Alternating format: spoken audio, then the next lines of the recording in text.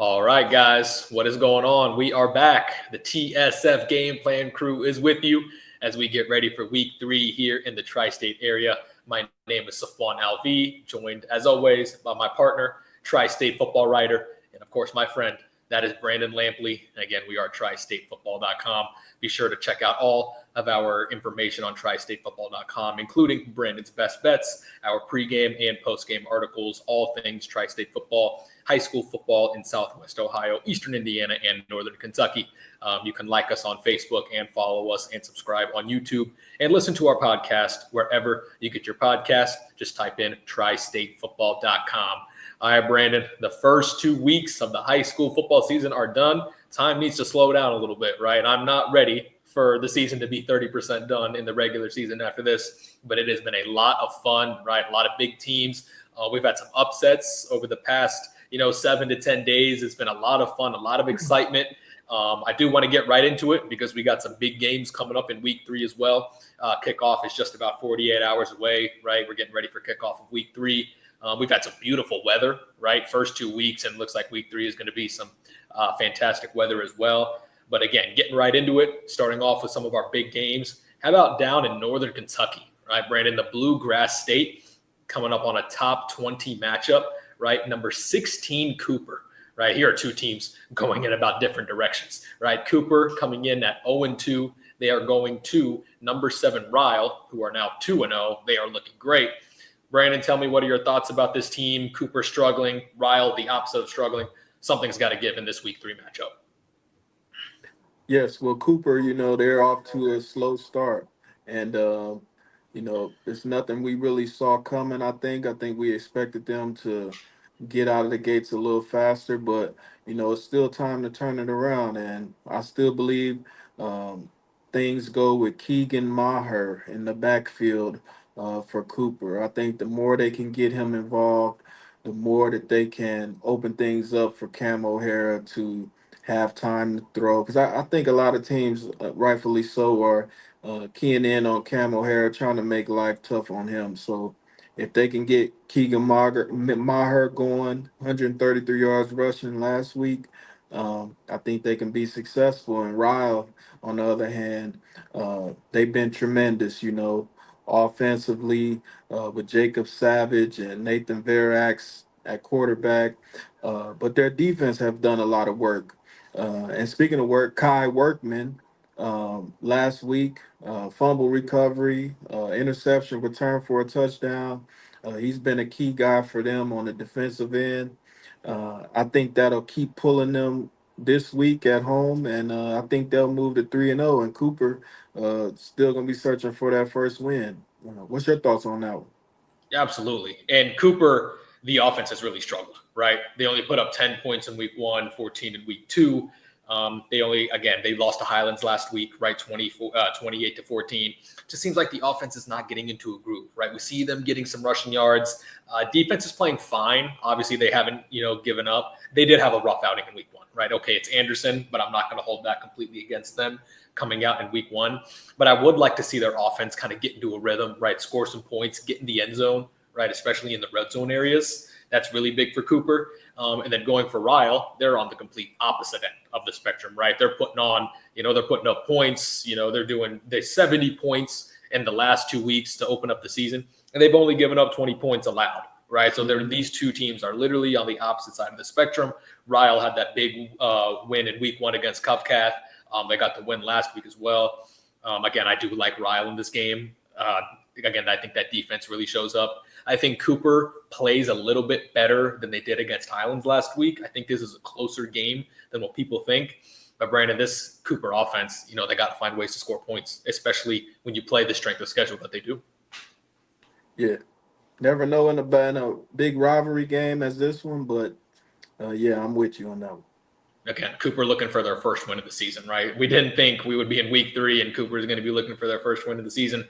So, life comes at you fast when you go to the state championship. And I'll tell you what, Brandon, before we move on from this game, this Ryle team looks really good. I mean, they look like they could be back in the state championship game. I know it's only week 3. I'm not trying to overreact, but through 2 weeks, this is as good as a Northern Kentucky team as we're seeing. I agree, 100%. Absolutely. So again, we look forward to that game. Cooper Ryle never disappoints. That'll be on that Friday night. All right, my man, I want to jump back over to Southwest Ohio, a little GMC matchup, right? A top 5 team in our Blitz 5 top 25. Number 3, Lakota West, getting their first win of the season last week against Mason, 34-13. And they are going to number 18, Hamilton, who also got their first win of the season last week. Both of these teams play very good defense, right? Both of these teams, Coach Tom Bolden prides himself on defense. Hamilton's kind of that tough, hard-nosed. Arby Crouch, what a good coach he is. We saw David Montgomery hanging out up at Hamilton last week to support head coach Arby Crouch, who we played for at Mount Healthy when Arby Crouch was at Mount Healthy. So the stars were out. It was a lot of fun to see that. Good to see both of these teams, Brandon, get back in the win column. Anything you're looking forward to specifically in this GMC matchup? Well, I'm looking to see, the youth of Hamilton, if they are prepared for the type of ball game, this will be. First 2 weeks, rival game against Baden, and then last week against Sycamore. They haven't really seen this type of animal that I think they're running into Friday night. And a lot of these guys, this will be their first big matchup of their careers. And, I'm looking for Andre Bailey at running back to see if he can uh, duplicate what he did last week. I think over 200 yards rushing.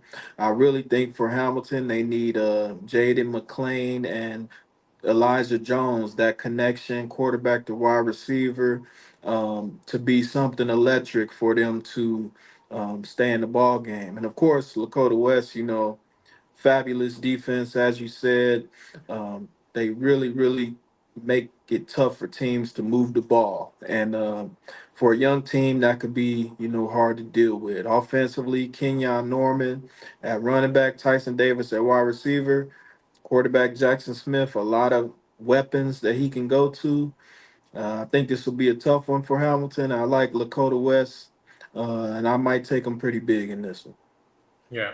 When talking about Lakota West, the Jackson Smith, right? And I know it's hard to call the quarterback the wild card because it's such an important position. But last week, right, in the win against Mason, 12 for 14, 284 yards, 4 touchdowns, no interceptions, right? That was basically the coming out party for Jackson Smith, right? He's still a junior, right? So this is still a young man developing into the quarterback position. If they can get, Brandon, any resemblance of this Jackson Smith, who can give you 4 touchdowns, 0 interceptions, or something close to it, this is a deep playoff team, right? It's really going to come down to Jackson Smith because we know the defense is going to be good enough, right? The defense can stop and play with anybody in Southwest Ohio, even deeper into the playoffs. If Jackson Smith can become a good, viable quarterback that can give you a couple touchdowns, it doesn't turn the ball over, the sky's really the limit for this Lakota West team. What he did last week, this can take Lakota West to a brand new level. Yeah, and I agree with that. And with going back with Hamilton, Yep. they got 2 Division I defensive linemen, and Eckley Bridges and Mason Holbrook. If those guys can, be who they are and kind of, get some things to happen for Hamilton, they can hang around for a little bit. So you never know in a conference game, but again, I'll take Lakota West in it. Yeah, absolutely. And as you mentioned, Andre Bailey, right, the senior, he had 233 yards and 2 touchdowns last week. I believe they played Sycamore. I believe Sycamore was the team they beat last week. And then the level of consistency has been Elijah Jones, right, who you just mentioned a few minutes ago. In week 1, 12 receptions, 111 yards and a touchdown, and then 6 receptions, 105 yards and 2 touchdowns last week, right? We know the offense wasn't perfect in week 1 against Baden when they lost in that rivalry game, but somebody who was consistent was Elijah Jones, and that's someone who we can really count on through the first couple of weeks, and they're going to have to keep doing it, right? Because the schedule is going to get harder, right? You got the Lakota Wests of the world. You still got the Princetons of the world coming up on your schedule. Mason, they played Lakota West pretty close last week, right? It was 34-13. Brandon, late in that third quarter, it was 14-13. Lakota West had a 1-point lead, right? My point is to say this GMC has tough teams all the way through, right? So Baden's going to continue to rely on the Elijah Joneses of the world, the Andre Baileys of the world. But again, I like this Hamilton team. I think they're going to win a decent amount of games, but Lakota West is a buzzsaw. right? And after, they're going to continue to get better each week. That defense is stifling. And again, we mentioned Jackson Smith and, again, the running backs. Cam Johnson is a stud linebacker, right? I mean, just they got dudes everywhere. But that's what Lakota West does. That's what Tom Bolden does. Again, I do expect Lakota West to win this game, but don't sleep on Hamilton. They're going to win a lot of games as well. All right, my man, I want to move to the next game right here. Talking a number 17 team, right? We're talking Baden. Speaking of, we just talked about Baden a few minutes ago. They are going to take on Edgewood. All right, so this is a tale of two teams, again, going in different directions. This Edgewood team has struggled, and they've struggled, at the beginning of the year pretty consistently. This is their third consecutive year. This Edgewood team, they have started 0-2 for the third consecutive year. And in those years, right, 3 consecutive years, they haven't scored more than single digits in 5 of their 6 games. But there's a lot to like about Baden, so we can look at this from the Baden side. Dominating Dixie Heights 66-21 last week. So, Brandon, there's a lot to like about this Baden team, and they're 2-0. So tell me what you're looking for. Well, I'm looking for the quarterback, Colt Emerson, continuing to just be that strong leader. I think for Baden, he doesn't have to be great, have to do anything out of the possibilities, find the open receiver, just kind of be that manager. Of course, Lim Grayson out of the backfield. And I tell you what, they found a new one in sophomore Chase Even. He's got 3 touchdowns in 2 weeks. Week 1 against Hamilton, he had 2 carries for 2 touchdowns, and he scored again last week. And I think he's a spark plug for Baden, kind of like coming out of nowhere. I don't know if even they expected him to be as talented and good as he's been, but I'm looking for him to continue his play as well. Baden opening up a brand new home facility this week. I think it's going to be a lot hype, a lot going on.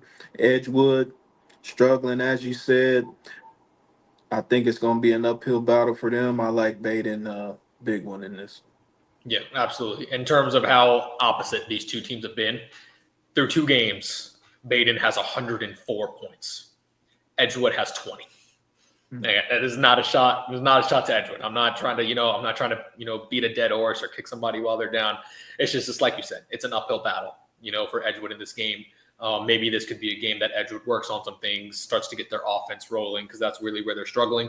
Treyon scores some points. And as you mentioned, and I want to add, that senior trio for Baden, that's really going to take them, to where they need to go. You got Colt Emerson at quarterback, as you mentioned, Lem Grayson, and then James Brink, right? Wide receiver. He had a really good game last week, right? He's one of the leading receivers through in the GCL co-eds through the first couple of weeks.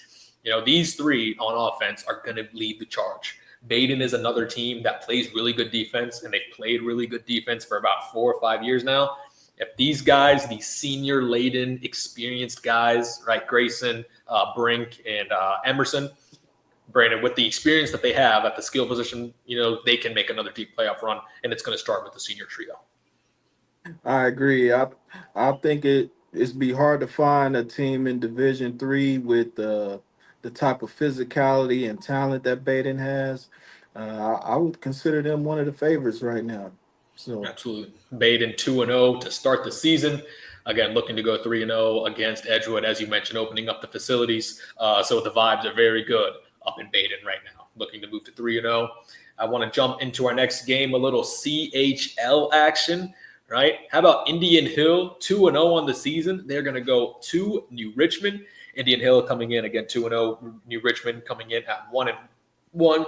And Brandon, when we talk about Indian Hill, there's a lot to talk about. But it all starts with now quarterback, Devlin Daniel, right? He was the running back to start his career.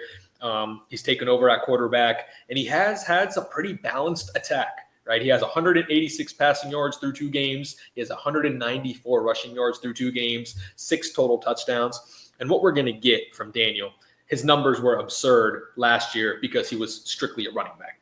But now we may not get anything absurd in terms of specific numbers because he is going to run a lot. He is going to pass a lot. But this is a young man who's so athletic, right? He's so athletically gifted. He's must-see TV. He's kind of must-watch when it comes to Indian Hill. Yeah, Devlin Daniel. I mean, probably one of the best dual threat quarterbacks this year because of his running ability, and of course can throw the ball as well. Also, a highly touted baseball player, so it should come as no surprise that he can throw the ball a little bit.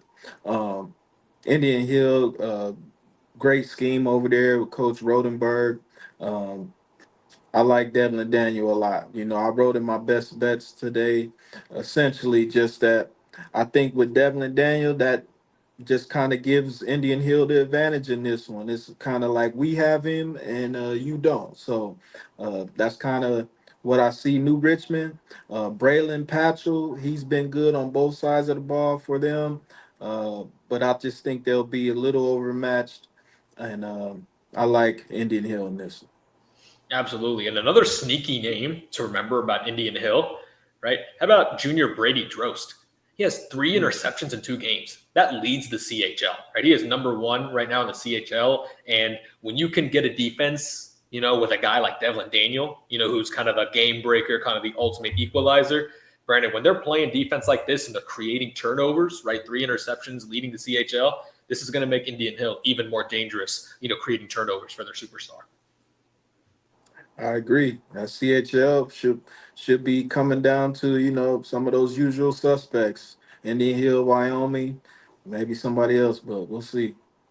Absolutely. And then real quick about New Richmond, they look like 2 different teams in week 1 and week 2. They put up 53 points in week 1. It was a barn burner. They were just scoring up and down, but only 12 points in week 2. So, Brandon, you tell me, what do you think? Are they kind of more towards that 53 points where the offense was going crazy? They did give up a lot of points too in that week 1, but then they only scored 12 points, or maybe is New Richmond kind of in the middle? It seemed like 2 different offenses and 2 different teams from week 1 and week 2. I think they're kind of in the middle. I think week 1 and week 2, probably some difference in competition there. I believe it was it Williamsburg in week 2? Correct. Yeah. Uh, yeah. So a little better competition, I Yeah. And it say. was Bethel Tate in Um, week 1. Bethel Tate in week 1. Yeah, a little better competition. So I would say they're probably somewhere in between. In the CHL season, uh, you know, it- I think they'll have some advantages and they'll have some disadvantages. So, well, they're not in the CHL actually, but They're the in their Swabble, the South, yeah, or no, the SBAAC, I believe. yeah, SBAAC is where they're yeah, from. in their league, I think they'll have some advantages, some disadvantages, certain weeks, but I would say they're probably somewhere in the middle of that. Somewhere in the middle. Yep, I agree. I don't think you can be as good as 53 points, but I don't think you can be as bad as 12. Somewhere between in the middle. I completely agree with you.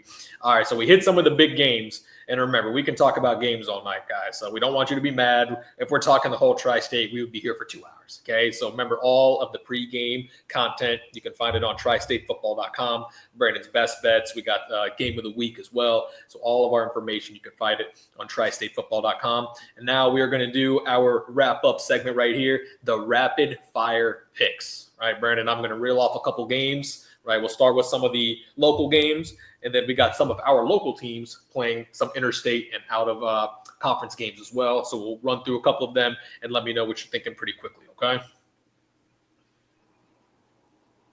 Eric, starting off with number 9, Lakota East. This is GMC, by the way. Number 9, Lakota East, John Kitna's team, going to number 23, Mason. Brandon, real quick, what do you think about this game? Number 9, Lakota East versus number 23, Mason. Well, I think Mason showed us a lot last week, like you said, through 3 quarters, hanging with Lakota West. They should be in the game this week, but I like Lakota East a lot. They proved they could win a tough game last week as well. Obviously, Ryder Hooks, very, very hard to stop. I like the Thunderhawks on the road. Yeah, don't be surprised if this game is very close in the fourth quarter, right? I know this is 9 versus 23. Mason is just one of those teams that they're a thorn, right? They're a thorn in the side. Lakota West, as I mentioned a little while ago, that game was close. I could see this being a defensive battle, kind of like a 21-24 style game, close at the end. I do think Lakota East, pulls it off because Ryder Hooks is the best player on offense for either team. But again, very close game, very interesting game. But I think Lakota East pulls that off late. How about number 5, a little GCL South action? Number 5, Elder going to Springboro, right? Elders looked really good over the first couple weeks, right? Kind of under the radar. It's crazy to say that the number 5 team is a little under the radar, but when you're talking about St. X and Lakota West, head coach Doug Ramsey's team just keeps on rolling, right? They beat Mount Zion Prep. They won last week as well. Number 5, Elder versus Springboro. Who do you got? This has been a good game over the last few years. These guys have been doing home and home series. I love Caden Estep. I think he's one of the best players in the area. And maybe, like you said, just like how Elder's underrated, underappreciated, I think he's an underrated and underappreciated player. As a passer, as a runner, I like Elder. The Purple Panthers getting one over the Blue Panthers. Absolutely. A battle of the Panthers. I really like this Elder team, right? Caden Estep is kind of a force multiplier. Coach Ramsey's been doing this for so long. I really like the Panthers in this game. I think their defense holds up. I think Elder's defense is much improved this year. I think their defense holds up. Again, I think this could be close in the first half. Springboro is a well-coached team, and they have been. But look for Elder's defense to get suffocating, and then obviously Caden Estep takes it to the next level. Elder moves to 3-0. All right, I want to jump a little bit to the ECC. All right, how about number 10 Kings coming up with one of the biggest wins in their eyes, not an upset, but in many of our eyes, an upset. They took down a top 5 team in Winton Woods last week, right? 16-14 was a defensive battle, a grinded out type of a game. Hopefully, this is where we talk about, will it be a letdown or will it not be a letdown? Kings is at home, and they are going to take on Loveland, right? Loveland coming in, they are 0-2. So, Brandon, if we're talking about a team that maybe you do want to see in this situation after such an emotional win, maybe it would be a team like Loveland, and they're at home. You think Kings wins this game, goes to 3-0? Alex Garvin, great coach. Grant Nuri, Max Lockwood. Just too much firepower. They showed me a lot last week. Kings big. Kings big. Yeah, absolutely. I think Kings is turning into one of those teams. How do you want it? You want us to run the ball for 250 yards, 270 yards? We can do that. If you want us to throw the ball for 270 yards, win a game in the trenches, which we just saw. When it comes to Winton Woods, you better buckle your chin strap, right? Because those guys play tough on the line of scrimmage, and Kings just proved that they can play with them and beat them. If you want to go, kind of air it out and go with the finesse, we can do that. If you want to play a game in the trenches, we can win that. And again, Coach Alex Garvin, as you mentioned, an excellent coach. I do think Kings wins big here. Loveland drops to 0-3, and Kings 3-0 on the season. That's what they are looking for. I want to hit one more ECC matchup. Speaking of, number 11, Winton Woods, right? Looking to bounce back after their first loss of the season, right? They are going to be taking on Milford, right? Milford comes into the season 1-1. Brandon, this is a big way for them to bounce back. Winton Woods coming off their first loss. I'm interested to see kind of how they're feeling, the emotions, right? Does Winton Woods maybe commit turnovers, kind of the emotional penalties, or do we see a clean game from them? What do you think in this ECC matchup? I think they'll be ready to go. Definitely, the coach has their attention after last week. Winton Woods, great defense. Defense has been there. Offense is what kind of gives them problems, but I think they'll have a little bit too much for Milford. I'll take the Warriors. Yeah, absolutely. And I really like that Milford program. They beat Walnut Hills last week, 37-0. And it just feels, it was only a couple of years ago. Remember when Milford was the number 1 seed? They went undefeated, right? They were on top of the world. They had Tofa Luwani and Toto Luwani. Nathan Webster, I believe, was their running back. I mean, they were just loaded. But life does come at you fast. And, unfortunately, kids graduate. They got to move on, and they got to go to that next step. I still think Milford is a good team. I think they're going to win some games. But this is kind of a revenge game for Winton Woods. They're going to come out kind of pissed off. They're going to come out angry after what happened last week. I do think Winton Woods pulls off this win, and they move to 2-1. I do want to get to one more home team in terms of number 13 Taft, right? One of the most impressive wins that you will ever see, right? They were down 27-7 last week against Alter going into the fourth quarter, right? 27-20 against Alter. They come back and score 20 points in the fourth quarter, take it to overtime, score a touchdown, win the game 33-27. Brandon, Coach Tyler Williams, and Taft, they are flying high right now. proving the character, the grit, the toughness of this team. They're taking on Chaminade Julienne. That's a team up north. And don't get it twisted. That's a good team up there, right? Chaminade Julienne, they have some talent. They're always perennially a very good team. This is not going to be an easy game. And again, maybe not, hopefully not an emotional letdown after such a big win. And this is not going to be easy for Taft. Well, Taft showing that they've been there before with that comeback win last week. And, I think that experience of that run last year to the state finals uh, continues to play a part in, what they're doing. And obviously, great young coach, winning this coaching Taft history as of Friday. I believe he broke that record. And I like the Senators going up to Dayton and getting a win. Yeah, Taft, they're so talented. I mean, every single year, they just got so much good talent. And I do think their talent takes over this game. I think they move to 3-0. And that's another team as they get better, Brandon. That's not a team you want to see late in the season into the playoffs. Taft's talent can overwhelm you, and that's why they went to the state championship game last year. Mm-hmm. Couple plays away. Yep, absolutely. Hey, I do want to do one more Northern Kentucky game, right? Because we got a local Northern Kentucky game. Number 12, Covcath taking on Simon Kenton, right? Covcath bounced back last week after that week 1 loss to Ryle. Again, number 12 in our Blitz 5 top 25, taking on Simon Kenton, who we saw they did get beat pretty bad, right? It was 66-21. But if there is a silver lining here, Brandon, right, these two teams are familiar with each other, right? They're playing each other all the time, right? Coach Eddie Evanston, very familiar with Simon Kenton and vice versa. Is there any chance for Simon Kenton to maybe pull this off? But I know it's going to be hard, but Covcat's a very good team. And again, they are familiar with each other. So anything on your mind with this game? Yeah, that familiarity could help the Pioneers, but I like Covcat getting things rolling. Cash Harney, that whole team out there, just I think they're going to start picking it up, and I like them to get a win convincingly. Problem is Simon Kenton, they just can't stop anybody, if we're being honest. I mean, they just can, their defense really struggles. And I think Cash Harney, as you mentioned, I think he takes advantage of it. I think Covcat gets between 30 to 40 points, maybe more, right? No offense to Baden, but I think if Baden can score 66, I think Covcat can go give him 30 or 40 as well.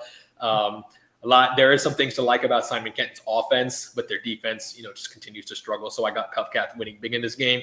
So we got a couple of our top teams, right? Number 1 and number 2, Brandon, both lie in the GCL South.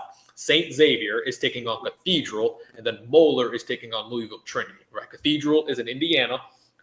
Trinity is in Louisville. So real quick, that St. X versus Cathedral game, last week, Moeller lost, right? They played that Mount Carmel team, and they lost 42-41. So now St. Xavier is number 1, and Moeller has dropped to number 2. So we'll start with the best team in the Blitz 5 top 25. St. X taking on Cathedral. And that's a tough team over there. That Indianapolis Cathedral team, they got a big offensive line, right? They always got maulers on the offensive front. They send kids to D1. That's going to be a tough matchup for the Bombers. Yeah, tough matchup, similar to what a GCL South game would be. I'm going to go with our home team area. Kobe Klepper, Braden Riley, Daniel Vollmer, St. X defense. I'll take the Bombers. Yeah, I agree. St. X's defense is the difference in this game.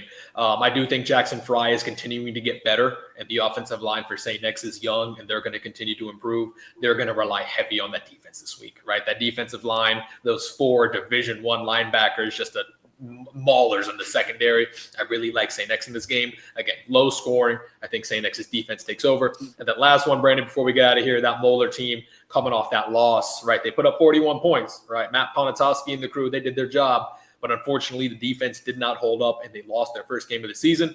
Does Moeller bounce back against perennial power Louisville Trinity, who the whole country knows about, right? Louisville Trinity is a national power. It's a national brand. But Matt Ponatoski looking to make a name for himself, or continue to make a name for himself. You think Moeller gets the win against Louisville Trinity? Big bounce back from Moeller this week. Tough way to lose, 2-point conversion at the end of the game. I think they'll come out, with a lot of fervor, and I like Moeller in this.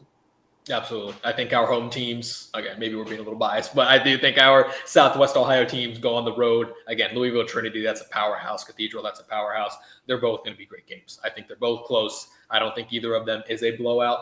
But I think both of them are close. But I think St. X and Muller pull it off. All right, Brandon, that's going to do it for us. And just a reminder to all of our listeners, of course, we thank you so much for listening. You can get all of our content on TriStateFootball.com, including Brandon's best bets every single week. We'll be right back here next Wednesday talking about week 4, some of the things that happened coming up in week 3, and then we'll discuss the next week as well. And you can listen to the podcast anywhere you get your podcast, right? Apple Podcasts, Google Podcasts, Spotify.